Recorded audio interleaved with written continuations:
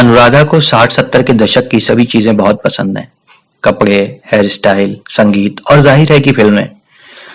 उसकी उम्र 40 वर्ष से कुछ महीने ऊपर नीचे है, इसलिए 1960-70 के विषय में वो जो भी जानती है उसने वो फिल्मों में ही सीखा और देखा है। चुस्त सलवार कमीजें, छोटी बाह के ब्लाउज, असली हीरे जवाहरात की तरह चमकते झुमके, गर्दन से चिपके नेकलेस, झिलमिलाते ब्रेसलेट, ऊंचे ऊंचे भड़कीले वेफेट, लंबी काजल की रेखाएं। अनुराधा ने सारे लुक्स पुराने फिल्मी गानों को कई बार देखकर बहुत ध्यान से स्टडी किए हुए हैं। उसकी एक अलमीरा ऐसे कपड़ों और गहनों से भरी हुई है जो सालों की प्रैक्टिस से वो बिल्कुल उसी जमाने की हीरोइन जैसे मेकअप और बाल आराम से बना लेती है। अनुराधा दिल्ली के द्वारका में 2 कमरों के अपार्टमेंट में अकेली रहती है और पास ही के एक इंटरनेशनल स्कूल में भूगोल की शिक्षिका है। यूं तो सदियों से प्रसिद्ध कृष्ण की वास्तविक द्वारिका नगरी गुजरात में है और अनुराधा को भूगोल से ये खिलवाड़ पसंद नहीं, और ना ही दिल्ली की द्वारिका में अधिकतर स्कूलों के नाम में इंटरनेशनल लगा होने का भौगोलिक संदर्भ वो समझ पाई है। फिर भी उसे अपने बड़े से स्कूल और छोटी सी साफ सुथरी सोसाइटी में बहुत लगाव है। यहाँ रहने वाले काम पर आने जाने की व्यस्तता और द्वारिका को दिल्ली से ज्यादा सड़कों से जोड़ने वाली फ्लाईओवर पर लगे ट्रैफिक जाम की समस्या से कम ही फुर्सत पाते हैं। सभी लोग शाम से घरों में बंद रहते हैं या परिवार के साथ कहीं इधर उधर समय गुजारते हैं, सो अगल बगल में कौन है और क्या करता है के अलावा किसी को किसी से कुछ खास मतलब नहीं। यही बातें अनुराधा को भूगोल को पूर्णतः गोल करने के बावजूद द्वारका के नए स्कूल में खींच लाई। ना उसे ट्रैफिक से जूझना पड़ता है, ना अड़ोस पड़ोस के किसी व्यक्ति से अपनी दिनचर्या के बारे में व्यर्थ बातचीत करनी पड़ती है। स्कूल भी एक खुले स्थान पर शान से नेशनल होते हुए भी कुछ इंटरनेशनल जैसे तामझाम से लैस नई इमारत में धीरे धीरे पैर पसार रहा है। अब तो द्वारका के बाहर के बच्चे भी वहां पढ़ने आने लगे हैं। वो कभी पैदल तो कभी रिक्शे पर बैठकर साधारण कपड़ों में स्कूल जाती है और दोपहर के बाद वापस आकर अपने घर के कामों में शुरू हो जाती है उसकी दूसरी जिंदगी। अनुराधा का अल्टर ईगो 1970 के दशक की एक जवान खूबसूरत लड़की है। लंच और थोड़ी देर आराम के बाद शाम को वो शरीर से चिपकी चमकीली चूड़ीदार कमीज या लहराती हुई रंग बिरंगी साड़ी पहनती है। सीडी प्लेयर पर बीते जमाने का गाना बजाकर विस्तार से मेकअप करती है और नकली बालों में कभी प्लास्टिक तो कभी ताजे फूल लगाकर बड़ा सा जोड़ा बांधती है। सज धज कर वो ट्रे की में चाय सजाती है, 2 खाली कप प्लेट और कोजी से ढका हुआ टी पॉट, सब उसी अंदाज में जैसे उसने फिल्मों में देखा है। वो ट्रे सावधानी से ड्राइंग रूम के टेबल पर रख देती है और प्लेयर पर बज रहे गीत गुनगुनाते हुए अपने प्रेमी का इंतजार करती है। उसने अपना फ्लैट भी काफी कुछ किसी फिल्मी सेट के तर्ज पर सजाया हुआ है। दीवारें चमकीले नीले और लाल रंगों से पुती हैं, तो लकड़ी का शानदार फर्नीचर भी एंटीक और रेट्रो है। खिड़कियों में उम्दा लैस से बने आसमानी पर्दे लगे हैं और फर्श पर बिछा है बैल बूटेदार मखमली कालीन। कमरे के एक कोने में नक्काशीदार पीतल का फ्लोर लैंप खड़ा है और बाकी 2 कोनों में खड़ी है अर्धनग्न स्त्रियों के कांसे के पुतले। दीवार पर बीचों बीच सफेद कपड़े में आधी लिपटी और ज्यादा उगड़ी सिमटी सकुचाई बड़े बड़े उरोज वाली सुंदरी की एक बड़ी सी पेंटिंग टंगी हुई है। अनुराधा जहां गद्देदार मैरून सोफे पर बैठी है, वहां से पेंटिंग बिल्कुल सामने है। वो पेंटिंग निहारती चाय की चुस्कियां लेते हुए अपने प्रेमी की कल्पना में डूबी हुई है। वो जानती है कि कोई नहीं आएगा, क्योंकि उसकी दोहरी जिंदगी की तरह उसका प्रेमी भी काल्पनिक है। आजकल कोरोना महामारी की वजह से स्कूल के साथ पूरा देश बंद है। यूं तो वैसे भी उसके घर शायद ही कोई आता है और अभी तो कुरियर की भी गुंजाइश नहीं। अनुराधा चाहे तो सारा दिन इन्हीं लिबासों में रह सकती है, लेकिन यह स्वप्निल रूप धरना उसे हल्के अंधेरे में अच्छा लगता है। उसने तभी तेज रोशनियां बुझा दी और फ्लोर लैंप जला दिया। कमरे में ढलती शाम की श्वेत और हल्के बल्ब की पीली मिलीजुली नर्म रोशनी है। आज उसने जामुनी रंग का गोटेदार शरारा पहना है, कानों में सोने के झुमके हैं और गले में बंधा है काली बीस का हार, जिसके बीच शरारे से मैच करता एक पत्थर लटक रहा है। दोनों कलाइयों में कांच की चूड़ियां हैं, माथे पर बड़ी लाल बिंदी, होठों पर हल्का जामुनी लिपस्टिक और आंखों में गहरे काजल की कानों तक खींची रेखाएं। अनुराधा ने न जाने कितनी शामें ऐसे गुजारी हैं। चाय खत्म कर वो टीवी पर हजारों दफा देखी कोई फिल्म चलाएगी और नायिका की जगह खुद को किसी हीरो की प्रेयसी के रूप में देखेगी। उस दौर के खूबसूरत मर्दाने नायकों में जो बात थी वो आजकल के छोकरों एक्टरों में कहां। ना ही आजकल की फीमेल एक्टरों में वो साधना मुमताज वाली नजाकत है। उफ, वो गलत सदी में पैदा हो गई। नहीं तो शायद उसे भी कोई ऐसा जीवन साथी मिलता जिसकी आज वो सिर्फ कल्पना कर सकती है, मगर उसकी कल्पना कड़वे यथार्थ से कहीं ज्यादा मनमोहक है। क्या जरूरत है किसी हाड़ मास के पुरुष की, जब वो जो चाहे अपने मुताबिक उसे अपने सपनों में गढ़ सकती है। अगर वो साहित्य की शिक्षिका होती तो शायद शब्दों में उसका वर्णन कर पाती, लेकिन उससे भी क्या मिलता। उसने तो सोचा था कोई साथी अपने आप मिल जाएगा। ज्यादा अपेक्षाएं नहीं थी, बस कोई ऐसा जो उसे दीवानों की तरह प्यार करे। और इस 70 वाला सॉन्ग भी उसने बाद में ही रचा, जब उसे यकीन हो गया कि जैसा उसने चाहा वैसा तो क्या उसके भाग्य में शायद कोई है ही नहीं। जब कोई नहीं तो क्यों ना प्रेमी को अपने ख्यालों में वैसा बनाया जाए जो परफेक्ट हो। सुनहरे पर्दे पर त्रुटिहीन दिखने वाले हीरो भी अमूमन निजी जिंदगी में संदिग्ध चरित्र के ही थे, लेकिन अनुराधा का काल्पनिक पुरुष बिल्कुल निष्कलंक है। किस लिए मैंने प्यार किया, दिल को यूं ही बेकरार किया, शाम सवेरे तेरी राह देखी, रात दिन इंतजार किया। लता मंगेशकर की आवाज से आवाज मिलाते अनुराधा सोच रही है कि आज कौन सी फिल्म देखे। वो निर्णय नहीं कर पा रही और कॉल बेल की आवाज से हड़बड़ा गई। इस वक्त कौन आ सकता है? जाना जल्दी से बंद कर वो दरवाजा खोलती है और लोहे की जाली वाले दरवाजे से आगंतुक को देखते हुए पहचानने की कोशिश करती है। जाली की दूसरी तरफ शायद उसका पड़ोसी है। चेहरा साफ नजर नहीं आ रहा क्योंकि उसने मास्क पहना है और बाहर की लाइट अभी नहीं जली। अनुराधा ने कई बार उसे लिफ्ट और सीढ़ियों से आते जाते देखा है। वो अकेला रहता है और कभी कभी दोनों एक दूसरे को देखकर मुस्कुराते हैं, मगर बातचीत नहीं हुई। सॉरी आपको डिस्टर्ब किया। शाम की चाय के लिए शक्कर नहीं बची। बाहर सब बंद है इसलिए आपको तकलीफ दी। वो कुछ झिझकते हुए कहता है। उसके हाथ में एक खाली कटोरा है। नहीं, तकलीफ कैसी, आइए अंदर आइए। और दूसरा दरवाजा भी खोल देती है। पड़ोसी ठिठक कर वहीं खड़ा है। उसने काली टी शर्ट और खाकी बरमूडा शर्ट्स पहना है। हल्के भूरे बाल कंधों तक लंबे हैं और पैरों में काली स्लाइडर है। ओह, मैं सोशल डिस्टेंसिंग का पाठ भूल गई थी। शक्कर लेकर आती हूँ। अनुराधा कटोरा लेने के लिए हाथ आगे बढ़ाती है। नहीं, ऐसी तो कोई बात नहीं। जब शक्कर लेने आ ही गया तो कैसी डिस्टेंसिंग। वो हंस पड़ता है और भीतर आकर सोफे पर बैठ जाता है। जब अनुराधा रसोई से शक्कर से भरा हुआ कटोरा वापस लेकर आती है तो उसे गौर से पेंटिंग को देखता हुआ पाती है। वो अनुराधा की तरफ मुड़कर फिर उसी तरह मुस्कुराता है जैसे वे लिफ्ट में मुस्कुराते हैं।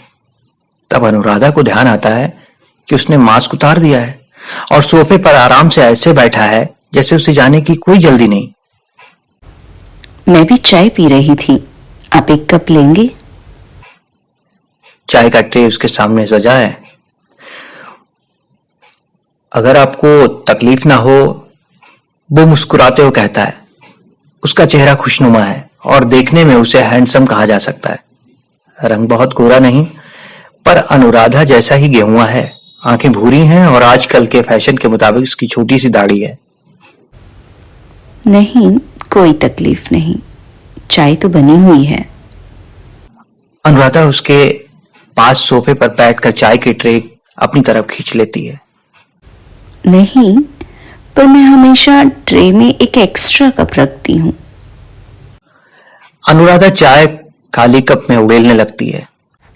मुझे बस ऐसा सोचना अच्छा लगता है कि कोई आने वाला है।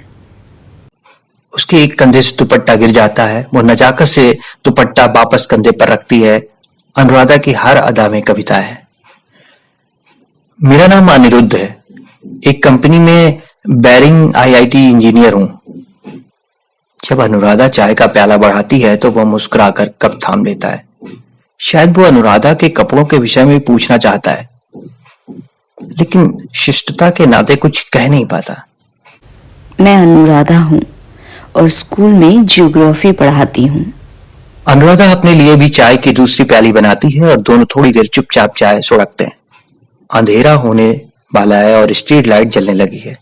अंदर कुछ ऐसी धुंधली रोशनी है मानो वो खूबसूरत शाम बाहर के बजाय कमरे में ढल रही हो।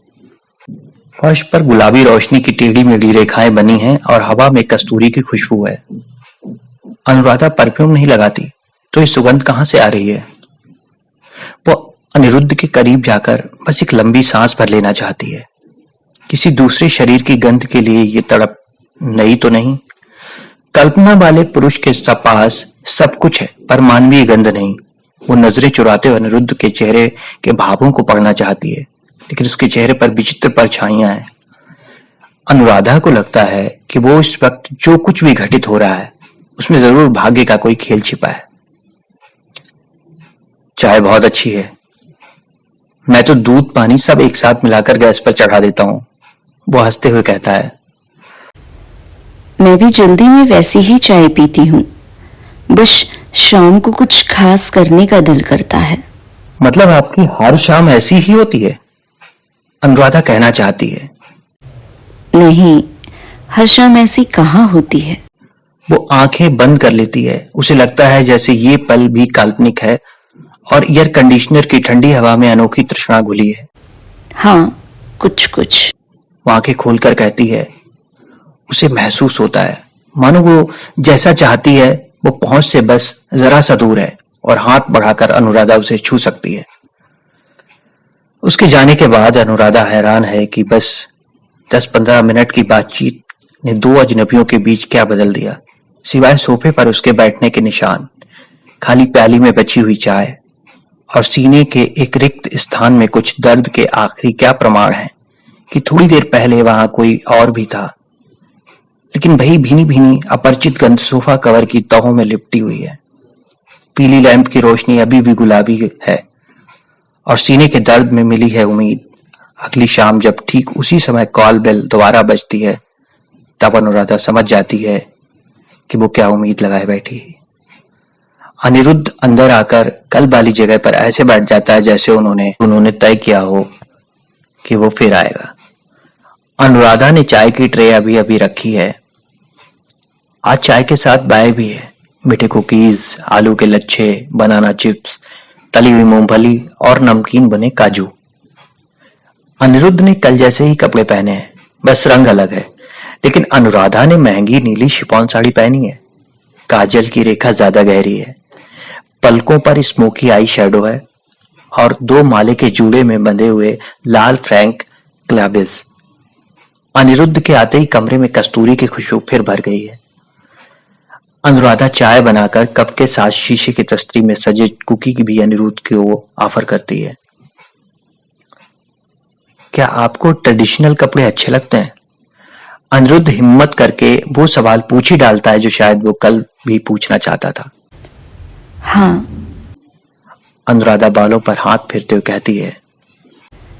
लोग शायद मुझे पागल समझे, पर मुझे परवाह नहीं, और फिर मैं अपने घर में कुछ भी करूं। नहीं, इसमें पागल की क्या बात है? आप YouTube पर ही देख लें, बहुत सारे वीडियो मिल जाएंगे जिसमें गोरे किसी पुराने दशक के फैशन वाले कपड़े पहनकर कई दिनों तक रहते हैं और उसे रिकॉर्ड करते हैं। और आज तो आप कल से भी ज्यादा खूबसूरत लग रही हैं। अनिरुद्ध काजू चबा रहा है और उसकी आंखों में प्रशंसा के भाव हैं। Thank you. अनुराधा पलकें झुका लेती है। दरअसल मैं सोच रहा था कि क्यों ना हम भी खेल खेलें। मेरे पास भी कुछ बूट कट वाली जीन्स और टाइट शर्ट है।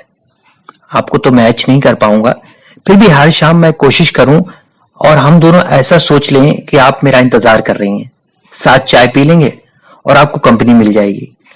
मैं भी आजकल बोर हो रहा हूं, लॉकडाउन का समय बढ़िया कट जाएगा। अनिरुद्ध की भूरी आंखें उत्तेजना से तरल हो उठी हैं। आइडिया तो बहुत अच्छा है। अनुराधा भी मन ही मन उत्तेजित है। ये खेल अकेले खेलते सालों बीत गए। बीते कुछ दिनों से उसकी दुनिया जैसे सिमट कर अत्यंत छोटी और भयावह होती जा रही है, जिसमें नए शब्दों का प्रयोग के साथ अजीब व गरीब ढंग से जीना है। इस अवसादपूर्ण माहौल में मास्क और सैनिटाइजर का इस्तेमाल का आभास भी करना है और तेजी से फैलती बीमारी से संबंधित लगातार आ रही बुरी खबरें को भी झेलना है। ऐसे में रोजाना के अकेलेपन से पलायन करने वाला एकांकी खेल खोखला होता जा रहा है। वो रोजमर्रा की समस्याओं को मिस करने लगी है और जो अभी की मुसीबतों के सामने नगण्य हो गई हैं। छोटी मोटी समस्या आती और जाती, लेकिन ये विकराल मुसीबत अभी खत्म होगी या नहीं, इसका भी पता नहीं। अक्सर वो इतना घबरा जाती कि उन लोगों से बातें करने लगती है जिन्हें गुजरे कई साल हो गए। अगर कुछ दिनों के लिए किसी जीवित व्यक्ति का साथ मिल जाए तो क्या बुरा है। वाह, अनिरुद्ध सोफे की बांह पर हाथ मारते हुए कहता है, फिर कल से ही शुरू हो जाते हैं। अगर आप परमिशन दें तो हम भी वीडियो बना सकते हैं, इंटरनेट पर डालने के लिए ना सही, पर अपने पास यादगारी के तौर पर रखने के लिए। वो बच्चों की तरह उत्साहित है। हाँ, जब यह समय गुजर जाएगा तो हम वीडियो देख के खुश होंगे। लगेगा कि समय यूं ही व्यर्थ नहीं किया, कुछ मस्ती भी की है। अनिरुद्ध का उत्साह देखकर अनुराधा खुश हो जाती है। दोनों चाय की चुस्कियां लेते हुए आने वाले दिनों की प्लानिंग करने लगते हैं। अगली शाम तय समय से काफी पहले तैयार होकर अनुराधा दरवाजे पर कान लगाए खड़ी है। पूरा दिन उसने अपने विचारों में अनिरुद्ध को 70 के दशक के हीरो के रूप में देखने की चेष्टा की है, लेकिन जब वो अनिरुद्ध को वाकई उन कपड़ों में देखती है तो उसके चेहरे पर अनायास ही मधुर मुस्कान फैल जाती है। क्या मैं जोकर लग रहा हूं? वो पूछता है। नहीं, बल्कि तुम उसके उलट एकदम हीरो लग रहे हो। डूबते सूरज की सुनहरी रोशनी से नहाया अनिरुद्ध बेल बॉटम स्टाइल नीली जीन्स और टाइट लाल टी शर्ट में ऐसा लग रहा है जैसे कांच के लैंप में जलती हुई आग की लपट। अनुराधा का हृदय मानो पिघल कर सभी छुपे घावों को अनिरुद्ध के समक्ष खोल देना चाहता है जो एकाकीपन ने उसे दिए हैं। वो संभल कर दरवाजे से हट जाती है और अनिरुद्ध को भीतर आने के लिए आमंत्रित करती है। वो सामने बैठा उसे गौर से देख रहा है और अनुराधा के गाल दहक रहे हैं। उसने भी लाल साड़ी पहनी है जिस पर सुनहरे तारों का महीन काम है। मैं हीरो नहीं, लेकिन तुम उस जमाने की किसी हीरोइन से कम नहीं। अनिरुद्ध की भारी आवाज में विचित्र कंपन है। उसने पहली बार अनुराधा को तुम कहकर संबोधित किया है, मगर वो उससे नजरें नहीं मिला पा रही। उसकी आंखें अनिरुद्ध के भूरे बालों में पटी बांह पर टिकी हैं और वो अपने कोमल हाथों से उसकी मोटी मोटी उंगलियों के बीच बिछा हुआ इमेजिन कर रही है। कैसा होगा जब खुरदुरी उंगलियों का स्पर्श। उसका मन करता है कि वो उन मजबूत बाहों में समाकर अनिरुद्ध को उसका नाम लेकर पुकारे। चाय और बातचीत में शाम जैसे मिनटों में खत्म हो जाती है। उन्होंने उन खास पलों की तस्वीरें ली, एक छोटा सा वीडियो भी बनाया और जब भी वो अनुराधा के पास आता, अनुराधा के शरीर में जैसे सूर्यास्त की गर्मी फैल जाती। अनिरुद्ध के जाने के बाद भी वो सबरा कमरा कभी इतना सुनसान नहीं लगा। जाने से पहले उसने अनुराधा का हाथ थामा और अनुराधा को जैसा महसूस हुआ वैसा उसने कभी फिल्मों में भी नहीं देखा था। बहुत कुछ कहना चाहती थी, लेकिन इस डर से कि कहीं कुछ ऐसा ना व्यक्त कर बैठे जो अनिरुद्ध देने में असमर्थ हो, उसने चुप रहना ही बेहतर समझा। अनिरुद्ध काफी देर तक उसका हाथ पकड़कर शांत खड़ा रहा, जैसे वो भी कुछ कहकर उस जादुई पल का सम्मोहन तोड़ना नहीं चाहता हो। रात गहरी सांसें लेते हुए, सूखते कंठ को कई बार उठकर पानी से तर करते हुए और बीती हुई शाम की हर याद को बार बार दोहराते हुए गुजरती है। अनिरुद्ध ने उसे बस छुआ है, लेकिन कस्तूरी की महक उसके लटों में फंस गई है। सुबह होते ही वो शाम की तैयारी करने लगती है। उसने अनिरुद्ध को रात का खाना खाने के लिए कहा है और वो इतने पकवान बनाना चाहती है कि अनिरुद्ध घंटों खाता रहे। बगल की मार्केट से बहुत ताजी सब्जी और पनीर खरीद कर लाती है। टेबल पर एक खूबसूरत कवर बिछाकर प्लेसमेट और कटलरी सजाती है, लेकिन खुद संवरने में उसे सबसे अधिक समय लगता है। अनिरुद्ध के बेल बजाने से पहले ही वो उसके कदमों की आहट सुनकर दरवाजा खोल देती है। अनिरुद्ध कुछ देर कॉरिडोर में भौचक्का खड़ा है। अनुराधा ने पूर्णिमा के चांद जैसे सफेद और झीने कपड़े की नाजुक कढ़ाईदार घाघरा चोली पहनी है। बाल खुले हैं मगर सामने से गोल आकार में उठे हैं, जिसके बीच जड़ा है जगमगाता टियारा। कानों में अमेरिकन डायमंड की चमकती बालियां हैं और कलाइयों में झिलमिलाते कंगन। अनुराधा उसके चेहरे के भाव में पढ़ सकती है कि श्रृंगार में लगा समय सफल रहा। वो आशा पारेख या शायरा बानो की तरह सिर झुकाकर शर्माते हुए अनिरुद्ध का स्वागत करती है। कमरे में रोज की तरह फ्लोर लैंप चला है और गरम मसाले की गंध है। अनिरुद्ध ने खादी का पीला कुर्ता और नीली पतलून पहनी है। लंबे बालों की वजह से वो कुछ हिप्पी जैसा लग रहा है और उसके हाथों में जैक डैनियल की आधी भरी बोतल है। मैंने सोचा कि आज चाय के बदले कुछ और पिया जाए, लेकिन बस इतनी ही बची थी, यही ले आया। अनिरुद्ध सोफे पर बैठते हुए कहता है। अनुराधा बिना कुछ कहे अंदर से एक ट्रे में 2 गिलास, आइस क्यूब और एक ठंडी बोतल ले आती है। अनिरुद्ध 2 पैक बनाता है और वे एक दूसरे के बीच में देखते हुए चुपचाप बोतल खत्म कर देते हैं। पता नहीं कितना समय बीत जाता है और कब दोनों एक दूसरे के बगल में बैठ जाते हैं। जब अनिरुद्ध उसके ऊपर झुककर अपने होठ अनुराधा के होठों पर रखता है तो वह अनिरुद्ध की कस्तूरी महक से सराबोर हो जाती है। पर्दे से छनकर आती स्ट्रीट लाइट की रोशनी से अंधेरा कमरा जैसे लहराती चांदनी में भर जाता है। अनुराधा को लगता है मानो अनिरुद्ध की बाहों में हिचकोले लेने के बजाय उसके साथ किसी नाव में बैठी चमकते पानी में तैर रही है। अनिरुद्ध के विदा लेने के बाद सिर्फ एक सफेद दुपट्टे में लिपटी अनुराधा अपने ड्राइंग रूम की पेंटिंग के सामने उसी में चित्रित स्त्री की तरह सिमटी सकुचाई खड़ी है। शराब के साथ उसकी नसों से प्यार का नशा भी धीरे धीरे उतर रहा है। ऐसा लग रहा है जैसे कोई नींबू की कटी फांकों की तरह उसके दिल के 2 हिस्सों को निचोड़ रहा हो। वो थरथराती उंगलियों से दुपट्टे का एक मुलायम कोना सूंघती है। उसमें अनुराधा के लंबे नाखूनों में दबे तेज पत्ते और अनिरुद्ध के बदन में रची बसी कस्तूरी की मिली जुली अजीब गंध है। वो सोच रही है कि जो आज रात हुआ, क्या वो बीती हुई 2-4 शामों से ज्यादा खूबसूरत और उसके अकेलेपन के भयावह सपनों से कहीं ज्यादा दर्दनाक। कुछ देर पहले वो उसके सीने से लिपटी थी और अनिरुद्ध उससे प्यार का इजहार कर रहा था, मगर वो सच था या उनके लॉकडाउन वाले इस नाटक का एक अंश। 70 के दशक वाली उनकी रास लीला भूमंडल के किस कोने में और काल में रची गई। शायद अनिरुद्ध के लिए भी एक खेल है। उसने हाथ पकड़कर राजेश खन्ना या धर्मेंद्र की तरह प्यार का बस ढोंग किया हो।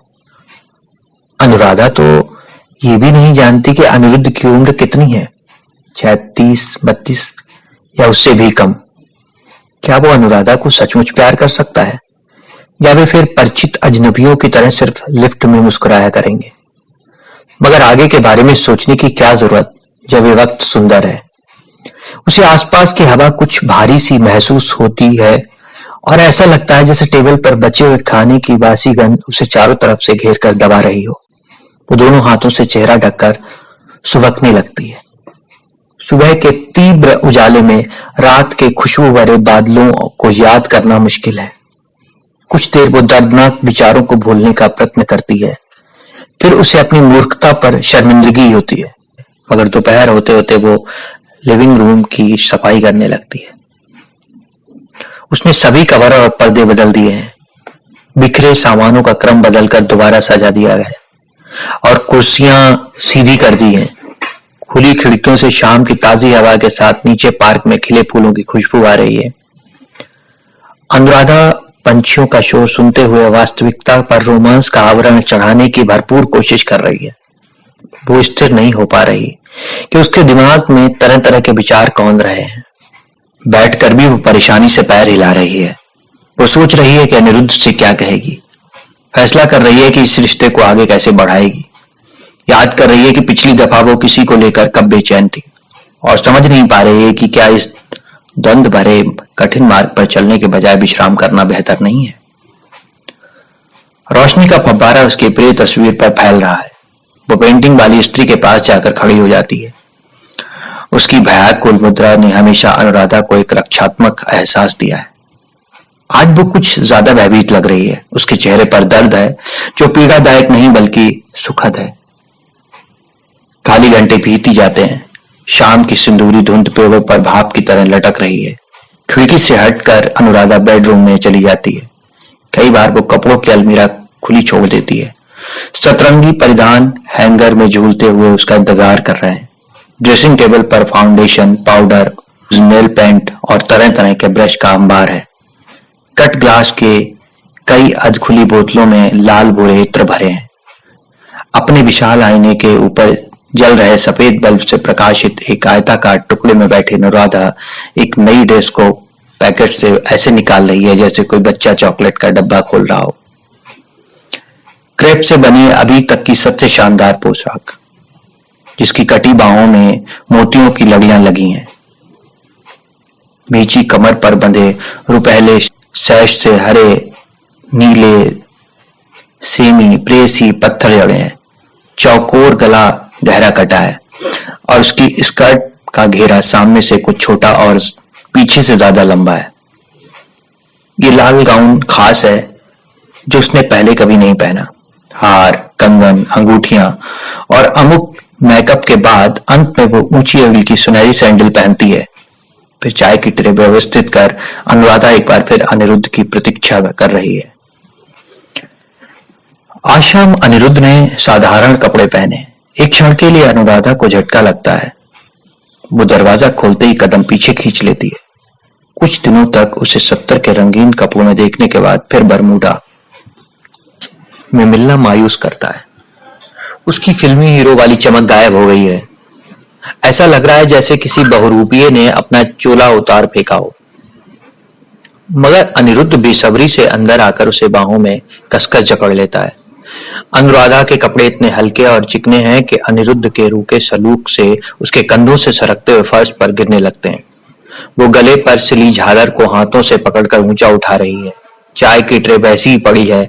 अनिरुद्ध ने अनुराधा के श्रृंगार की भी कोई प्रशंसा नहीं की। अनुराधा के मस्तिष्क में अंधेरा छा रहा है, मगर नसों में वासना की तेज लहर है। क्या इसलिए वो असली पुरुषों से दूर भागती है? उसका सानिध्य हृदय में अतृप्त लालसा जागृत करता है, जो केवल भ्रम है। क्षण भंगुर आनंद के बाद वे उसे गहरी खाई में धकेल देते हैं, जहां लड़ने के लिए अब कोई लड़ाई नहीं बची। वो अभी भी एक डरी हुई किशोरी है जो अपने बड़े से परिवार में उपेक्षित थी और तभी से प्यार के लिए तरसती रही है। अंतर्मुखी स्वभाव और विचित्र पहनावों में रुचि के लिए हमेशा उसका मजाक बनाया गया है। सभी ने उसे गलत समझा है। किसी अनजाने खतरे की भावना से ग्रसित अनुराधा एक निरीह जानवर की तरह अपने भीतर सुरक्षा ढूंढती हुई खो गई है। अनिरुद्ध उसे पागलों की तरह चूम रहा है और उसे लगता है मानो वो अतीत और वर्तमान के बीच फिसल कर 20 वर्षों पहले की वो करिश्माई अनुभूति फिर से महसूस कर रही है और उसे पहला प्रेम हुआ है। कस्तूरी की खुशबू ने अनिरुद्ध की उपस्थिति को लगभग अस्पष्ट कर दिया है। अनुराधा ने अपना सिर उठाया, उसके उत्तेजित चेहरे पर नजर फेरी और उसकी सख्त छातियों पर मुक्का मारने लगी। फिल्म की हीरोइन को उसने ऐसा करते अक्सर देखा है। अनिरुद्ध बेशक सामान्य पुरुषों की तरह व्यवहार कर रहा हो, मगर अनुराधा मानसिक यातना के बावजूद अपने किरदार में है। अनिरुद्ध रुककर उसे प्रश्न करती आंखों से देखता है और अनुराधा के सुर्ख होंठ बस कांप कर रह जाते हैं। उसकी आंखें फिर शर्म से नीचे हो जाती हैं। अनिरुद्ध सोफे पर बैठकर एक प्याली में दूध और शक्कर मिलाने लगता है। क्या तुम कुछ कहना चाहती हो? वो पूछता है। तुमने मुझसे उस पहली शाम जब शक्कर लेने आए थे तब पूछा था कि क्या मेरी हर शाम ऐसी होती है। आज मैं तुमसे कुछ पूछना चाहती हूं, क्या हमारी हर शाम ऐसी हो सकती है? वो अपनी कलाई पर बंधे ढीले ब्रेसलेट को घुमाते हुए कहती है, मैं समझा नहीं। अनिरुद्ध हड़बड़ाकर कहता है। अनुराधा के चेहरे पर अत्यंत मीठे भाव हैं। उसके सीने में कुछ ऐसी चाह है जो पहले कभी नहीं उठी। जीवन के हर अनुभव को साझा करने की आवश्यकता, चाहे वो सुख हो या दर्द। तुम? वो झिझकता है। तुम किसी न किसी के दिल में कभी ना कभी एक भयानक जुनून पैदा करोगी। तुम्हारे पास वो सभी हथियार हैं। तुम एक अत्यंत दिलचस्प औरत हो, शायद ऐसी जैसी मुझे फिर कभी ना मिले। वो जानता है कि अनुराधा भी जानती है कि उसके बीच कोई प्यार नहीं है, मगर क्या वो फिर भी उससे अपेक्षा करती है कि वे प्रेमी युगल जैसा व्यवहार करें? अनुराधा महसूस कर रही है कि बदलाव केवल अनिरुद्ध के पहनावे तक सीमित नहीं है। उसके हाव भाव में कुछ ऐसा है जो अरुचिकर है, मगर उसे व्यक्त करना मुश्किल है। ना उसकी नजरों में वो पहले वाली प्रशंसा है और ना आचरण में सम्मान। वो याद नहीं कर पा रही कि ये परिवर्तन कब हुआ। वो धीरे धीरे बदल रहा था या अचानक कल की घटना ने अनुराधा को अनिरुद्ध के लिए अलौकिक से लौकिक बना दिया। अनुराधा सोच रही है कि अनिरुद्ध कुछ ऐसा कहेगा, शिष्टाचार बस कोई झूठा वादा करेगा, लेकिन वो चाय का प्याला टेबल पर रखकर दोबारा अनुराधा की ओर खींचकर कपड़े, हेयर स्टाइल, लेकिन वो चाय का प्याला टेबल पर रखकर दोबारा अनुराधा को अपनी ओर खींचकर चूमने लगता है। इसलिए उसकी उंगलियां अनुराधा की गर्दन को पीछे से सहला रही हैं। शरीर उस पर कठोर दबाव बना रहा है और अनुराधा बिना संघर्ष किए उसके भीतर आराम से सिमट जाना चाहती है। गर्दन से चिपके नेकलेस अचानक बिजली गुल हो जाती है और भटकती हुई हवा के झोंकों के साथ पसीने की गंध आती है। ऐसा लगता है जैसे उसके चूमने में प्यार नहीं, आवेश है। कई बार देखकर बहुत ध्यान और अनुराधा की सोने जैसी चमकती दुनिया कुछ जटिल हो गई है। गहनों से भरी हुई है। वो अपने बड़े बड़े रक्तहीन नाखून उसकी बाहों में गड़ा देती है और उठकर खड़ी हो जाती है। आराम से बना लेती है। अनिरुद्ध उसे अवाक होकर देख रहा है। 2 कमरों के अपार्टमेंट उसके हाथ सोफे पर फैले हैं और चमड़ी पर खून की हल्की रेखाएं हैं। शिक्षिका है। अनुराधा के चेहरे पर ना अनुराग की कोई भावना है और ना ही क्रोध के भाव। गुजरात में है और वो कुछ कहने के लिए मुंह खोलती है, लेकिन सीने में दुख, शर्म और गर्व संघर्ष कर रहे हैं। स्कूलों के नाम में इंटरनेशनल अनिरुद्ध कुछ देर उसके बोलने की प्रतीक्षा करता है। वो समझ पाई है। फिर भी उसे अपने बड़े से मुझे उसकी प्रतीक्षा करनी है। सोसाइटी में बहुत लगाव है। बस प्रतीक्षा। यहाँ रहने वाले काम पर आने जाने की व्यस्तता और द्वारिका को दिल्ली से ज्यादातर सड़कों से जोड़। अनुराधा उन्नीदी पलकें उठाती हुई कहती है और अपना खूबसूरत गाउन संभालती हुई दीवान पर लेट जाती है। सभी लोग नौकरी, सहकर्मी और दोस्तों से घिरा अनिरुद्ध एक यंत्रवत दिनचर्या से गुजरता रहा है।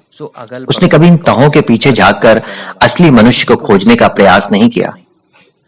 परिस्थितियों ने अचानक आम जीवन की व्यस्तता पर लगाम लगा दी। उसने खुद को इस मंद रोशनी वाले कमरे में पाया, जहां असंसारिक कल्पनाओं के सितारे बुनती असाधारण औरत मिली, जिसकी चकाचौंध में वो एक छाया से दूसरी छाया में परिवर्तित हो गया। व्यवहारिक दृष्टिकोण से निश्चित रूप से बकवास है, मगर 70 के अभिनेता की वेशभूषा में वो अनुराधा के व्यक्तित्व की ऊर्जा खींचकर अविश्वसनीय हरकतें करने लगा है और उसका भूगोल गड़बड़ा गया है। इस रोमांचकारी पलायन में वो वास्तविक दुनिया से दूर हो गया है। क्या शदम वेश में प्रेम का नाटक करना आसान है? अनुराधा नाटकीय ढंग से सोफे पर निढाल है। उसकी अत्यधिक रूप से अलंकृत पोशाक किसी दूसरे शरीर पर असंगत लग सकती है, मगर उसके अनूठे किरदार के अनुरूप है। वो अनुराधा के आत्मा के संपर्क साधने में असमर्थ है। प्रतीक्षा। अनिरुद्ध सामने टंगी पेंटिंग देखता हुआ बुदबुदा रहा है। दीवार पर प्रतिबिंबित अनुराधा की सुसज्जित छाया भी अर्थपूर्ण है, जिसके अनुपात में अनिरुद्ध की छाया विकृत लग रही है। ऐसा लग रहा है मानो वो कोई विशिष्ट आकार ग्रहण कर रही हो, वो ट्रे की एक अधूरी तस्वीर की तरह। 2 खाली कप प्लेट और एक ऐसी चीज जिसे वो अनायास फिर कभी मिलना चाहेगा। कसूर केवल अनिरुद्ध के बरमूडा और टी शर्ट का नहीं हो सकता। ये क्या है और ये क्या हो सकता है? वो चाहे तो आगे बढ़कर एक बार फिर उसके गाउन और झालर नीची कर दे। वो निस्सहाय पड़ी है। श्वास से उसकी छाती ऊपर नीचे हो रही है और अधर अध खुले हैं। अनिरुद्ध बिना हिले डुले अनुराधा को देख रहा है और उन दिनों को फिर से जी रहा है जब वो घंटों बैठकर घड़ी देखता और एक एक मिनट के बीतने की प्रतीक्षा करता। अनिश्चितता की पीड़ा में भरे वे लंबे घंटे और पहले प्यार की वो मीठी पीड़ा। क्या वो अनुराधा के प्रभाव में सदैव उसकी कल्पना को अभिव्यक्ति दे सकता है? अगर नहीं, तो क्या अधिकार है उसे कि वो उसके निर्दोष सपने तार तार कर दे? अनुराधा के प्रसाधनों से रंगे चेहरे में ऐसा भोलापन है जिससे अनिरुद्ध अपरिचित है। अनुराधा इतने पास होते हुए भी दूर है, बहुत दूर, किसी दूसरे भूमंडल पर, लहराती हुई, उसकी पहुंच से बाहर। वो उसकी ओर बढ़ने की हिम्मत नहीं कर सकता। अनिरुद्ध ने कुछ कहने के लिए चेहरा उठाया, लेकिन जब उसकी नजरें मिली उसने झुका लिया। वो अनुराधा के फ्लैट से बाहर निकल जाता है। वो कभी आएगा और अनुराधा को यहां से उठाकर ले जाएगा। उसके मजबूत हाथ जिन्हें उसने केवल सपनों में छुआ है उसे स्पर्श करेंगे। इतने वर्षों के इंतजार और उस स्पर्श की कल्पना के बाद उसके हाथ चेहरे पर, कंधों पर कैसा महसूस करेंगे, अब अनुराधा कुछ कुछ जानती है। वो इससे अधिक होगा, कहीं अधिक। उम्र के उबाऊ मोड़ पर जब वो न युवा है न वृद्ध, क्या अनुराधा को रोमांच की अभिलाषा इस हद तक है कि जिस पुरुष ने उसे कुछ देर के लिए आलिंगन की गर्मी दी, उसने उसकी अद्भुत प्रतीक्षा भुलाकर उन्हीं सामान्य बाहों में आश्रय लेने के लिए सपने देखने शुरू कर दिए। थोड़ी देर वो आशाहीन लेटी रहती है, फिर लगता है कि वो लापरवाही का महज एक टुकड़ा है। सभी बातों को जोड़ा जाए तो एक अनोखा अनुभव जिससे आनंद मिला और उसे बोरियत की तरफ मुड़ने से पहले अनुराधा ने रोक लिया। वो ठंडी चाय बेसिन की सिंक में उड़ेल देती है और तस्तरी में सजे नमकीन कूड़े के डिब्बे में फेंक देती है। आज से पहले उसे पेंटिंग में कैद स्त्री कभी इतनी सुंदर नहीं लगी। जब अनुराधा वहां से गुजरी उसे लगा जैसे वो हंसकर उसका अभिवादन कर रही है। वो वापस बेडरूम के शीशे के सामने बैठकर अपना मेकअप रीटच करने लगती है। बिजली वापस आ गई है। अनुराधा पहले से गहरी लिपस्टिक होठों पर फेर रही है, गालों पर ब्रश चला रही है और बाल क्लिप के फंदे से निकालकर संवार रही है। उसकी खूबसूरत ड्रेस पर सिलवटें हैं जिसे वो हाथों से सीधा करती हुई मुस्कुराती है। अगर सपनों को किसी ड्रेस के रूप में सिला जाए तो वो लगभग ऐसा ही होता है। उसके जूड़े का आकार कुछ घंटे पहले बनाए जूड़े से बेहतर है। वो अलमारी से अपना पसंदीदा मुकुट जैसे आभूषण निकालकर बालों लटों के बीच सजाती हुई सिर हिलाती है। उसमें जड़े कृत्रिम हीरे सुबह की धूप से प्रकाशित ओस की किरणों की तरह जगमगाते हैं। पिछले कुछ दिनों से वो फिल्म नहीं देख पाई, मगर आज की रात फिर सुस्वप्न होगी, क्योंकि वो अस्वस्थ है कि किसी पुरुष का साहचर्य उसे वो सुख देने में असमर्थ है जैसी रंगीन उसकी कल्पना है। वो ऊंची एड़ियां टकराती लिविंग रूम की तरफ चल देती है।